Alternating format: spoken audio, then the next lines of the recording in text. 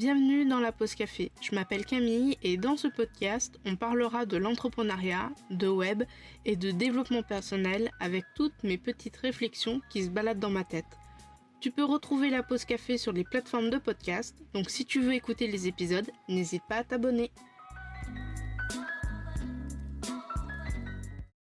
Hello et bienvenue dans un nouvel épisode de la pause café. Aujourd'hui, un épisode dans la catégorie web sur le pourquoi du comment créer un site internet.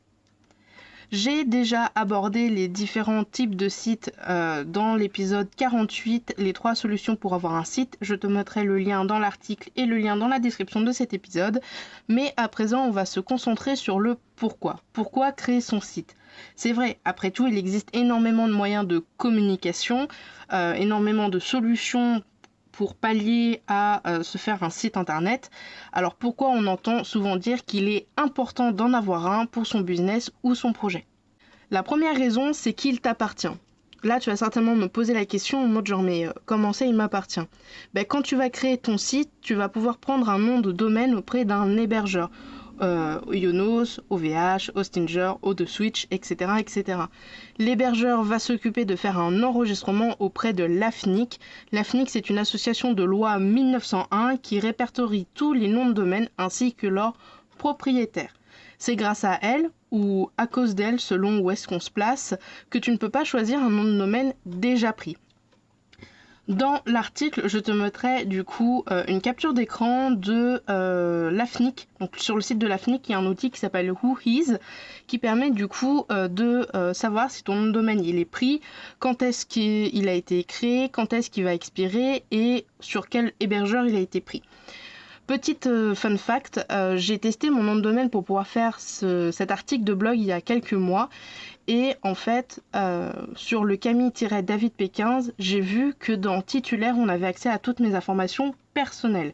Alors mon adresse, on peut la connaître grâce à mon numéro de siret, c'est pas un souci, mais il y avait mon nom, mon prénom, mon numéro de téléphone perso, et du coup, si jamais toi aussi tu es dans ce cas-là, et que même si tu es en tant que professionnel, tu peux demander à masquer ces informations-là, tout simplement, tu contactes ton hébergeur, c'est ce que j'ai fait, j'ai contacté O2Switch et je leur ai demandé s'ils pouvaient masquer mes informations parce que même si je suis un professionnel, c'est quand même des informations privées, notamment mon mail privé aussi qu'il y avait dessus et du coup, j'ai demandé à ce que ça soit masqué et ça a été fait à peu près en 48 heures et du coup, maintenant, sur tous mes noms de domaine, devant titulaire, il y a écrit accès restreint. Mais là, tu vas certainement me dire, mais attends Camille, tu nous parles de site internet, mais là tu parles uniquement du nom de domaine. Sache que d'un point de vue légal, un site internet se résume à un nom de domaine. Le contenu du site n'est pas pris en compte. C'est pour ça qu'on te rabâche souvent de faire des sauvegardes parce que c'est extrêmement important. Donc sauf si tu ne payes plus ton hébergeur ou bien que tu as une décision de justice qui démontre le contraire, ton nom de domaine reste ta propriété. Si jamais tu fais un site internet sur un hébergeur gratuit, tu auras certainement un lien comme ton nom de domaine, le nom de ton hébergeur gratuit.com. Dans ces cas-là, tu es un sous-domaine de l'hébergeur gratuit. Et il peut à tout moment supprimer ton site puisque le nom de domaine, donc c'est la racine de ton sous-domaine, donc c'est le .hébergeur.com, lui appartient. Alors tu vas être tenté de me dire, ok, faire un site internet, je comprends, mais j'ai des comptes sur les réseaux sociaux, ça me va, et puis avant que ça disparaisse, on a le temps. Ok, du coup, je vais réfuter cet argument en 5 points. Le premier point, c'est que sur Instagram, on peut se faire shadowban, c'est-à-dire qu'Instagram ne te rend plus visible et on ne connaît vraiment pas encore la raison.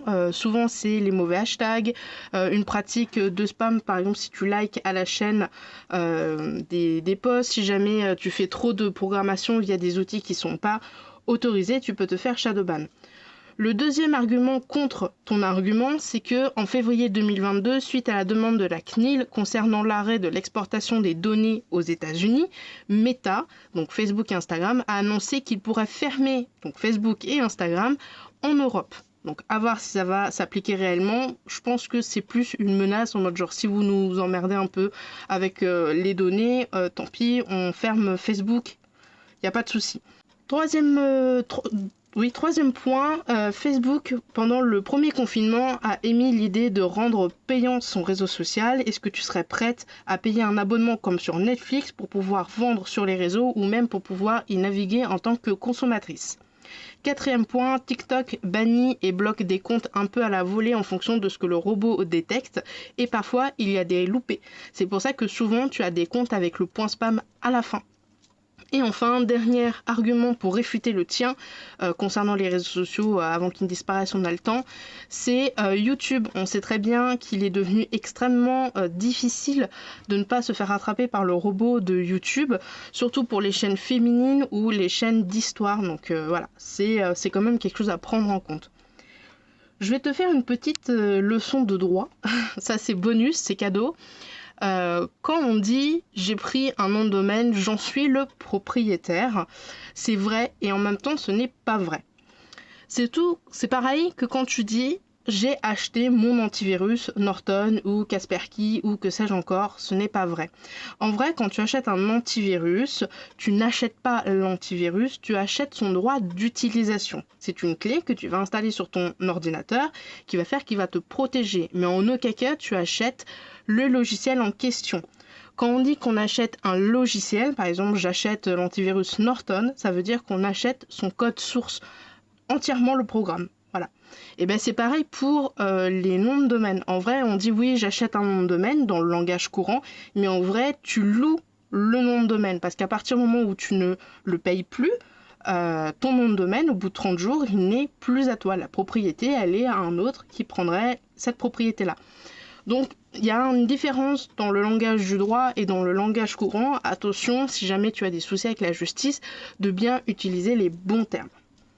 Mais bon, ça c'était la parenthèse de droit qui me reste un petit peu de mon BTS. Deuxième raison, ton site, il correspond à ton identité visuelle. Un site internet, tu peux le modeler et le faire correspondre à ton identité visuelle. Mettre des images où tu le souhaites. Attention quand même au responsive sur les petits écrans. Des blogs pour présenter tes services, tu peux créer une boutique, tu peux créer un forum, tu peux créer un espace membre, tu peux créer un support avec tes clients si jamais... sous forme de ticket par exemple. Bref, cette identité visuelle, elle va te définir toi, mais aussi ton image de marque. C'est grâce à elle qu'on va te reconnaître rapidement. Personnellement, moi, c'est développeuse webmaster associée au café parce que toute ma communication, elle est basée là-dessus. Mes deux couleurs principales, c'est le marron, dont une qui vient de ma tasse à café. Pour la petite anecdote, j'ai pris en photo ma tasse à café le matin, je l'ai mis sur Photoshop et j'ai pris la pipette. Et voilà, c'est comme ça qu'est venu mon beige clair. Mes illustrations sur mon site et sur Instagram, mes signatures de mail où je mets toujours l'emoji café dedans, mon podcast qui s'appelle du coup La Pause Café et même un de mes produits que je voulais lancer s'appelait l'instantané en rapport, tu l'auras bien compris, au café instantané. Et pourtant, quand je me suis lancée, quand je cherchais aussi un emploi dans l'informatique, la plupart des entreprises avaient comme couleur le bleu et le vert, ainsi que des pictogrammes d'ordinateurs, de globes terrestres et de mapmonde, pardon. Donc moi, je voulais casser tout ça et pas du tout leur ressembler. Et j'ai eu beaucoup de remarques et ça a été vraiment très difficile. Même encore maintenant, j'ai des spécialistes, parce que je fais appel des fois à des graphistes, ou même des clients et des clientes qui me disent c'est un peu bizarre, on voit beaucoup de café mais en fait toi tu fais des sites internet et ça n'a rien à voir, mais voilà. Donc tu peux jouer sur ça justement, sur cette différence pour te faire remarquer sur internet avec ton site internet. Raison numéro 3, tu peux faire tout ce que tu veux, enfin presque. Si tu veux mettre un formulaire pour t'inscrire à ta liste d'attente, tu peux. Si tu veux faire un quiz, tu peux. Si tu veux faire une galerie, tu peux. Si tu veux mettre un texte sur toi en plein milieu d'une page, tu peux également. Tu peux faire tout ce que tu veux sur ton site. Seule ta personnalité et ta créativité comptent, enfin presque. Alors pourquoi je dis enfin presque? Parce qu'il faut quand même respecter la loi. Et oui, elle s'applique également sur Internet. Et surtout respecter tes visiteurs. On ne fait pas un site en jaune fluo avec une écriture blanche. Enfin, techniquement, dans la logique, tu peux, mais il est très peu probable que tes visiteurs apprécient. Et surtout, tout dépendra du site et de l'outil en fait que tu vas utiliser. Est-ce que tu vas utiliser un CMS? Est-ce que tu vas faire ton site tout seul? Est-ce que tu vas lier ton CMS avec un constructeur de page? Et tu vas devoir peut-être être contraint de suivre une certaine structure quand tu utilises des outils en plus pour créer ton site internet. Hormis ces quelques petits points-là, tu peux faire tout ce que tu veux sur ton site. Si tu as un peu de mal à visualiser comment faire ton site, imagine simplement ton site comme un local ou un bureau. Comment tu aimerais qu'il soit, quelle serait l'ambiance. Moi, c'est ce que je fais par exemple sur mon site internet. J'imagine que mon site, en fait, c'est un local. Et dans mon local, j'ai plusieurs parties. J'ai une partie contact, donc c'est un peu la partie secrétariat. J'ai une partie produit, qui est une vitrine de mes produits. Bref, j'imagine vraiment un site internet comme un local, comme une boutique physique, avec plusieurs petites pièces. Et toutes ces petites pièces doivent faire en sorte de gagner la visibilité, de faire en sorte de rassurer les clients et bien sûr de les faire acheter. Et enfin, quatrième point, avoir un site internet, c'est vendre sans limite. Si tu cherches à vendre des produits ou des services, tu peux le faire avec un site boutique ou un site de e-commerce. Alors certes, tu auras certainement des frais liés à PayPal et à Stripe, avec les frais de port également si tu fais de l'envoi de produits physiques et les taxes liées à ton entreprise, mais ça c'est normal. Hormis ça, c'est tout. Si tu lances une boutique en ligne sur ton site, tu n'auras aucun frais en plus, aucune commission à part du coup le moyen de paiement, les taxes liées aux entreprises, etc. etc. Alors tu ne le sais peut-être pas, mais si par exemple tu lances une boutique sur des plateformes comme Etsy et même peut-être Instagram, mais ça je ne suis pas vraiment sûre, tu as des commissions. Une commission, c'est un pourcentage prélevé sur ta vente. Et la commission dépend de la plateforme. Parfois c'est 3 fois rien et des fois c'est des commissions de 6%. Je sais que Etsy, ça fait beaucoup débat sur les petits créateurs qu'il y a sur TikTok et que je suis parce que tu payes quand tu mets une fiche et tu as une commission de vente parce que du coup ton produit il est sur Etsy et je sais que tu as encore une autre commission parce que depuis je crois 1 an, peut-être 2, tu es obligé de passer par le moyen de paiement de Etsy et donc du coup ils te prennent encore une commission, c'est-à-dire que tu ne peux pas passer par Stripe, tu ne peux pas passer vraiment par la plateforme de PayPal ou la plateforme de ta banque, tu es obligé d'utiliser la plateforme de paiement de Etsy et du coup tu as des commissions énormes. Donc quand tu achètes un stickers à 1,50, le vendeur ne gagne pas 1,50. Peut-être que parfois le stickers va lui revenir, en tout cas dans sa poche, il y aura en tout, après les charges, après les commissions, après tout ça, moins d'1 € en fait. Donc, après, c'est à toi de voir si tu souhaites utiliser une plateforme ou pas. Moi, personnellement, à titre, on va dire, purement professionnel, je pense qu'au tout début d'une activité d'artisane, pardon, Etsy, ça peut être un moyen, un levier pour, au début, pour faire quelques ventes, te faire connaître, etc. Peut-être après, une fois que tu t'es bien installé, faire et Etsy et une boutique en ligne, et une fois que tu as suffisamment de ventes sur ta boutique en ligne, peut-être complètement fermer Etsy, ou en tout cas ce genre de plateforme. Moi, c'est comme ça que je le vois en tout cas. Par contre, attention quand même à la sécurité de ton site si tu décides de faire une boutique en ligne de toi-même, parce que en cas de problème, tu es propriétaire de ton site et donc responsable de celui-ci.